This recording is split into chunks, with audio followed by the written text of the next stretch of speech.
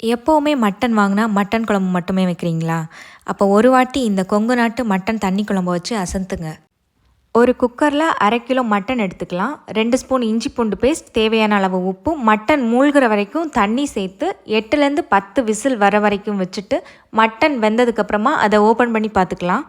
இந்த ரெசிபிக்கு ஒரு ட்ரை மசாலா ஒன்று ரெடி பண்ணிக்கணும். அதோட இன்க்ரீடியன்ஸை நான் டிஸ்கிரிப்ஷன் பாக்ஸில் மென்ஷன் பண்ணியிருக்கேன். தேவைப்படுறவங்க செக் பண்ணி பாருங்கள். ஒரு கடாயில் 10லேருந்து 15 சின்ன வெங்காயம், ஒரு தக்காளி, ஒரு ஸ்பூன் இஞ்சி பூண்டு பேஸ்ட், ஒரு கொத்து கருவேப்பிலை போட்டு அதை நல்லா வதக்கி தனியாக எடுத்து வச்சுக்கலாம். ஒரு மிக்சர் ஜாரில் ஏற்கனவே ட்ரை ரோஸ்ட் பண்ணி வச்சுருக்க ஸ்பைசஸ், அது கூட ஒரு ஸ்பூன் பொரிக்கடலை, 1/4 கப் தேங்காய், வதக்கி வச்சுருக்க வெங்காயம், தக்காளி போட்டு நல்லா நைஸாக அரைச்சி எடுத்துக்கலாம்.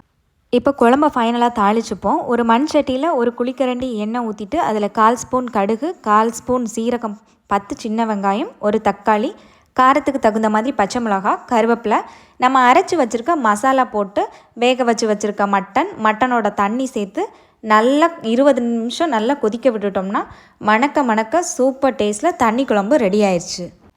இந்த குழம்பு இட்லி, தோசை, சாதத்துக்கு ரொம்பவே நல்லா இருக்கும். வீடியோ பிடிச்சிருந்தா சேவ் பண்ணி கண்டிப்பாக ரெசிபியை ட்ரை பண்ணி பாருங்கள்.